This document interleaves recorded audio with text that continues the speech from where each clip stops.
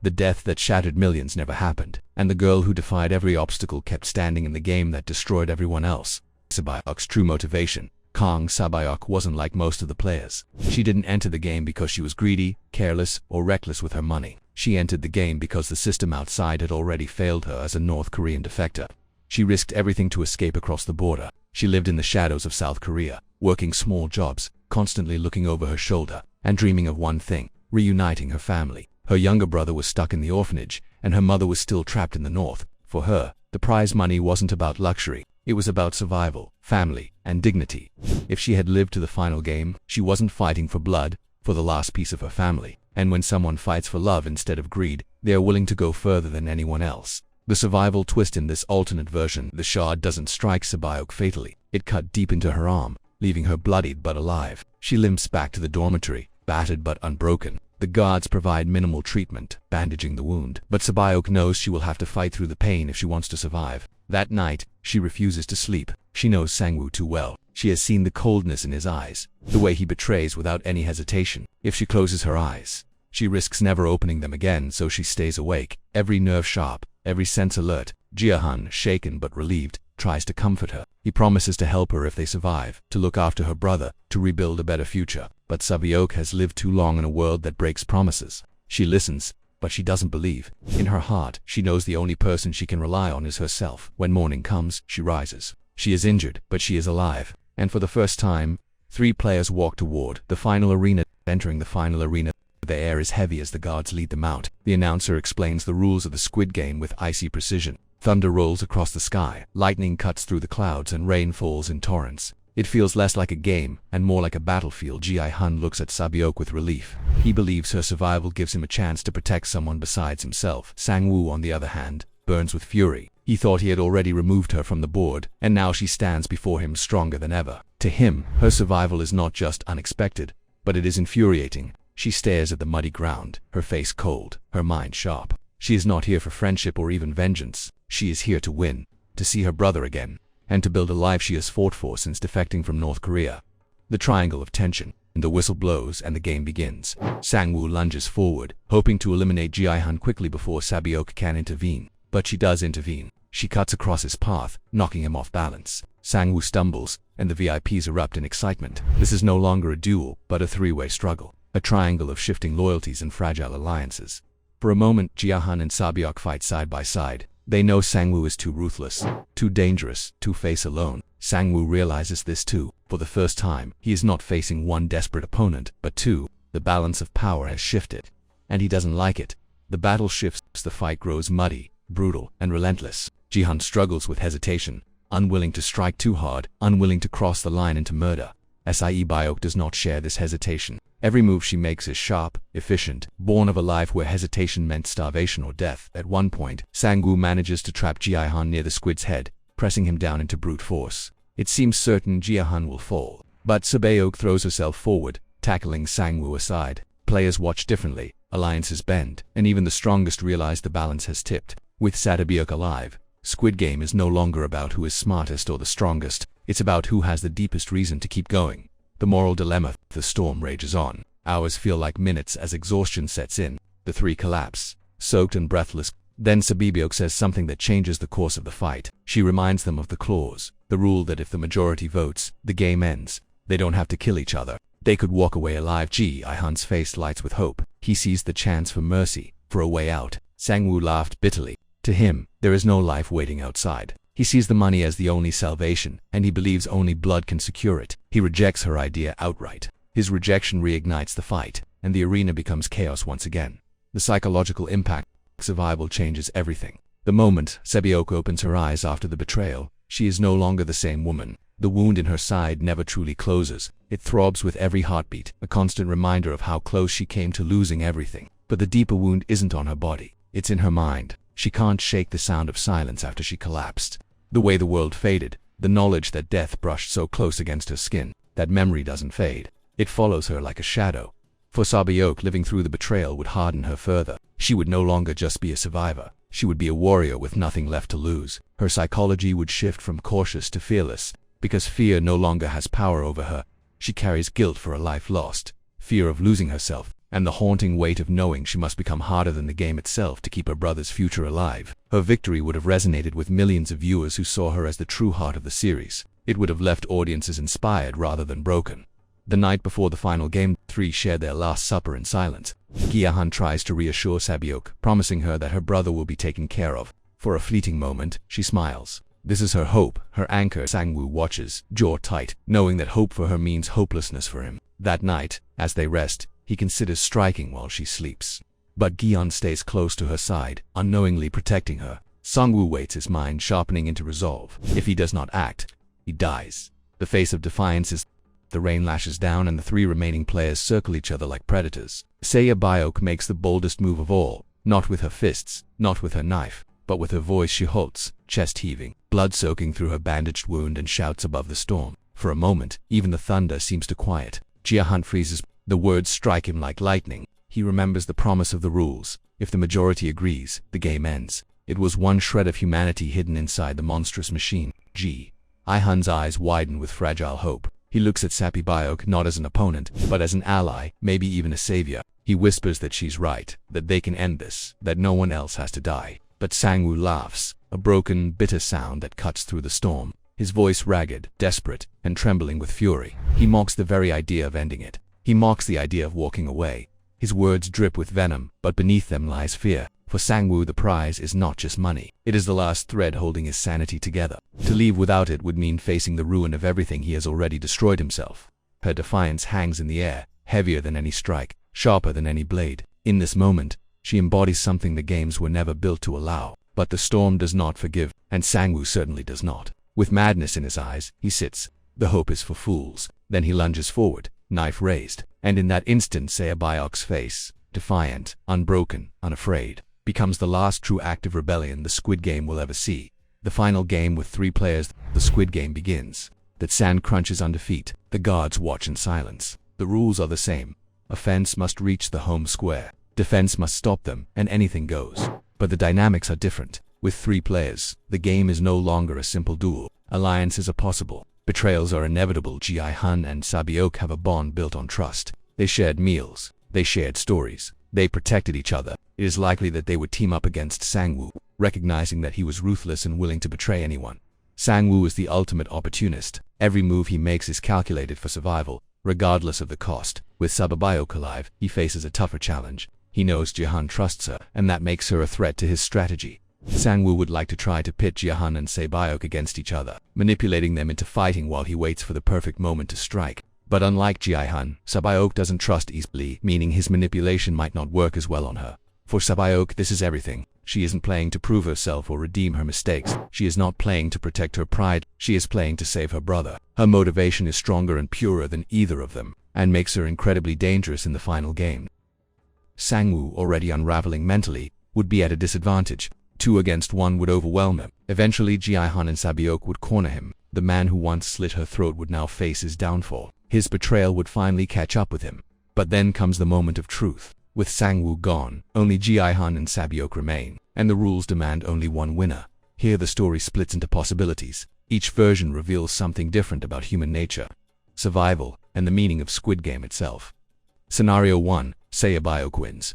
Sang-woo and Gi-Hun clash violently, both battered and broken. Gi-Hun cannot bring himself to kill. He hesitates, as always. Sae-Byeok does not. She seizes her chance, striking Sang-woo down with cold precision. He collapses in the mud, defeated at last. The announcer declares her the winner. The piggy bank crashes open, spilling billions into her lap. Sae-Byeok uses her sharp instincts and survival skills to outplay both Gi-Hun and Sang-woo. She defeats them in the final Squid Game challenge, claiming the prize money.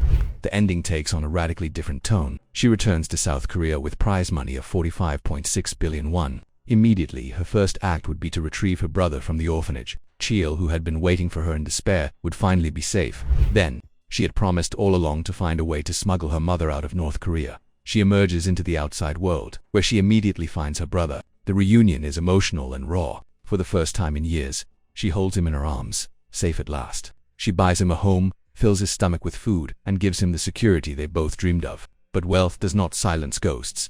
Every night, she dreams of Ji-Young's sacrifice, of Ali's betrayal, of the faces of those who fell. She has everything she fought for, but the memories weigh heavily. Survival is victory. but it is also a burden she cannot put down. Scenario 2. Gi-Hun and Sae-Byeok share the win. The last game pits two players against each other, testing not just their strength but their morality. In our alternate storyline, Gi-Hun faces Sae-Byeok, both scarred by loss, trauma, and the betrayals they have witnessed. Instead of choosing violence, Gi-Hun remembers her dreams, bringing her mother from North Korea and caring for her younger brother, and sees a reflection of his own daughter's future. Sae-Byeok in turn recognizes Gi-Hun's humanity and compassion. In this scenario, Gi-Hun refuses to strike the final blow. He begs Sae-Byeok to end the game together. At first, she doubts him. Trust has failed her too many times, but she sees something rare in this place. Sincerely, slowly, she takes his hand. Together, they vote to end the game. The VIPs rage in their seats, furious at the end. Guards tighten their grip on rifles, but the rules are rules. The game ends. For the first time in history, two winners emerge. The prize is split. Gi-Hun finds redemption in his choice. Sae-Byeok builds the life she longed for, and together they carry the truth. Outside whispers spread, and the organization begins to face cracks in its armor.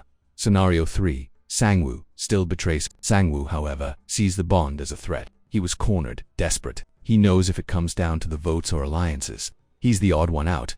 The darkest version plays closest to the original. When Gi-Hun and Sae-Byeok hesitate, Sang-woo strikes. He fatally wounds Sae-Byeok after all. Gi-Hun, overcome with grief and rage, finally kills Sang-woo in vengeance. The finale plays out much as we know it, but with deeper tragedy. Gi-Hun walks away not only haunted by Sang-woo's death, but also shattered by Sae-Byeok. She came so close, not to be stolen away at the last moment. The VIP's perspective from the eyes of the masked VIPs. Sae-Byeok's survival makes the game more thrilling. A duel is predictable. A triangle is chaos. They watch with greedy fascination as alliances form and collapse, as betrayal hovers like a shadow over every move. For them, her presence turns the finale into the ultimate spectacle. Yet her proposal to end the game, to vote for mercy, infuriates them. They did not come to see compassion. They came for blood. Her defiance reveals the cracks in their system, even when players are forced into cruelty. Some still search for a way out. The frontman watches with his usual mask of calm, but inside, he is calculating. He never expected 3 finalists. He never expected the vote clause to resurface here. Sae-Byeok's survival challenges the structure of the game itself. If she were to win, or if she and Gi-Hun were to walk away together, the meaning of the Squid Game would shift. It would no longer be just about blood and despair. It would prove that even in a system designed to strip away humanity, defiance is possible. To the frontman, this is both dangerous and fascinating. Ripples effects on Season 2 in the canon. Gi-Hun is the sole survivor, and his trauma leads him to investigate the games. But if Sae-Byeok lived, Season 2 could play out very differently. Gi-Hun and Sae-Byeok together could become partners in uncovering the truth. Gi-Hun brings compassion, while she brings resilience and strategy. Her history could tie the games into larger political themes, adding depth to the organization's reach. The frontman might see her as the most dangerous, as Gi-Hun targeting her to preserve control. Her survival would shift the story from a lone survivor's guilt to a partnership built on defiance and hope. Fan reactions. When Squid Game was first released, one of the most talked about moments on social media was the death of Kang Sae-Byeok. Many fans already believed Sae-Byeok deserved to win more than anyone. Her survival would have given closure and hope instead of tragedy. The reactions from fans would have been seismic, rewriting the way the series was remembered and discussed. Social media would have erupted with support. Hashtags like #Team Sae-Byeok and #Justice for Sae-Byeok, which already trended after the show, would have gained even more traction. If she had walked out of the game alive, fan art would have portrayed her reunion with her younger brother, filling timelines with hopeful illustrations instead of mournful ones. Instead of endless threads mourning the one who deserved, better discussions would have shifted to what kind of life she could build with her winnings, and how her victory could inspire others. For international viewers, especially outside North Korea, Sae-Byeok was the breakout character of the series. Her North Korean defector backstory introduced millions to struggles they had never considered before. Fans empathized with her isolation, her quiet strength, and her desperate hope for family. Her survival would have resonated even more strongly with these audiences. Korean audiences, too, would have reacted powerfully. Her survival would have challenged the usual narrative of tragedy attached to defectors in Korean media. Too often defectors are shown as victims, doomed to suffer or die. Allowing Sae-Byeok to survive would have been groundbreaking, giving viewers a character who overcomes impossible odds. This shift could have sparked broader conversations about the treatment of defectors in South Korea, adding a layer of social commentary beyond the show's already sharp critique of capitalism and inequality. Online forums still discuss how she was robbed of her arc, proof that her story left a lasting mark. The aftermath. If Kang Sae-Byeok had survived the Squid Game, The aftermath would have reshaped not only her life but also the meaning of the series itself. Unlike Gi-Hun, who staggered under the weight of guilt and despair, Sae-Byeok would not allow herself the luxury of paralysis start from the moment the prize money hit her account. Her path would have been clear. She wasn't fighting for extravagance or redemption. She was fighting for her family. Her first steps after leaving the game would not be slow or hesitant. They would be urgent, driven by the same determination that had carried her through every round. Her brother Chil would be the first priority. After months of loneliness in the orphanage, he would finally see her return, battered but alive. Their reunion would be emotional, not the glamorous celebration of victory that the organizers promised, but the raw relief of survival. For the first time in years, she would hold him and know that he was safe. No longer a forgotten child waiting for a future that never came. The money would transform his life, providing better food, education, and a home where he no longer feared abandonment. In Chil's eyes, she would no longer just be his sister. She would be his savior. But Sae-Byeok's journey would not end there. The deeper wound in her heart was her mother's absence. Still trapped in North Korea, with her winnings, she would have both the means and the resolve to bring her mother across the border. This quest would carry enormous risks, involving smugglers, bribes, and the constant danger of discovery. Yet Sae-Byeok had already proven she would risk everything for family. Her survival in the games would make her even more fearless. With every step of that mission, she would be fighting against the same oppressive systems, both political and economic, that had forced her into the game in the first place.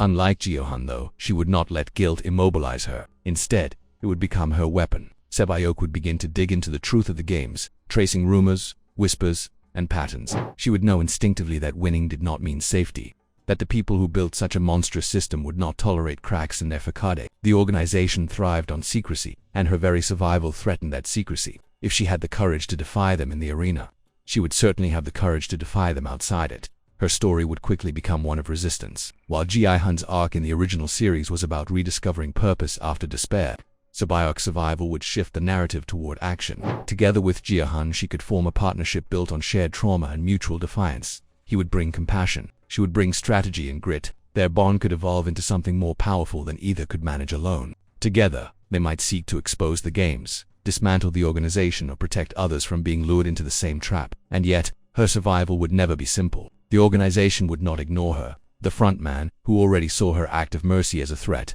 would likely mark her as one of the most dangerous survivors in the game's history. Her every move would be watched. Every attempt to find her mother or rebuild her life would risk drawing their attention. Survival, for Sae-Byeok, would not mean safety. It would mean a new kind of war. The aftermath of her survival would transform Squid Game from a tragedy of despair into a story of fragile hope. Sae-Byeok would stand as the face of defiance, someone who endured the system, walked away with her humanity intact, and refused to let the scars silence her. Her story would not end in the arena. It would only begin there. Symbolism of her survival. In the original story, Sae-Byeok's death symbolized the cruelty of life, the way hope can be stolen in an instant. It was a tragedy at its most merciless, but if she lives, the symbolism changes completely. Her survival becomes a message of resilience and will rewrite the legacy of Squid Game that says that survival is not luck, but determination. It says that even in the darkest system, hope can endure. Her victory or shared win with Gi-Hun would rewrite the core of Squid Game, shifting the story from pure tragedy to bittersweet triumph. If she won, the series would end on a note of hope, that a woman overcoming impossible odds to save her family. On a narrative level, her survival would symbolize a bridge between two worlds, the brutal world of the games and the ordinary world outside. Unlike Gi-Hun, who emerged broken and directionless, Sae-Byeok would emerge with purpose. Her journey would symbolize not just the tragedy of survival but the possibility of transformation, of taking trauma and turning it into action. She would represent a living scar, a reminder that even in the darkest systems, there can be survivors who refuse to let the system define them also. Her survival would symbolize justice for the forgotten. Many characters in the Squid Game were exploited for their weaknesses. Ali's kindness, Ji-Young's despair, and Sang-woo's ambition. Sae-Byeok's survival would stand in direct contrast, as if the story itself allowed one deserving soul to break free from the cycle of exploitation. Her presence outside the game would remind viewers that not all hope has to be extinguished, that sometimes survival itself is an act of rebellion. If Sae-Byeok had lived, her story would stand as a reminder that even in the darkest system, survival is possible, not by luck, but through resilience and determination. Maybe that's why so many viewers still wish she had survived. And if you enjoyed this deep dive into Squid Game's biggest what if, make sure to hit that like button, subscribe for more thought-provoking breakdowns, and ring the bell icon so you don't miss the next one. Because sometimes, one small change in a story can change everything.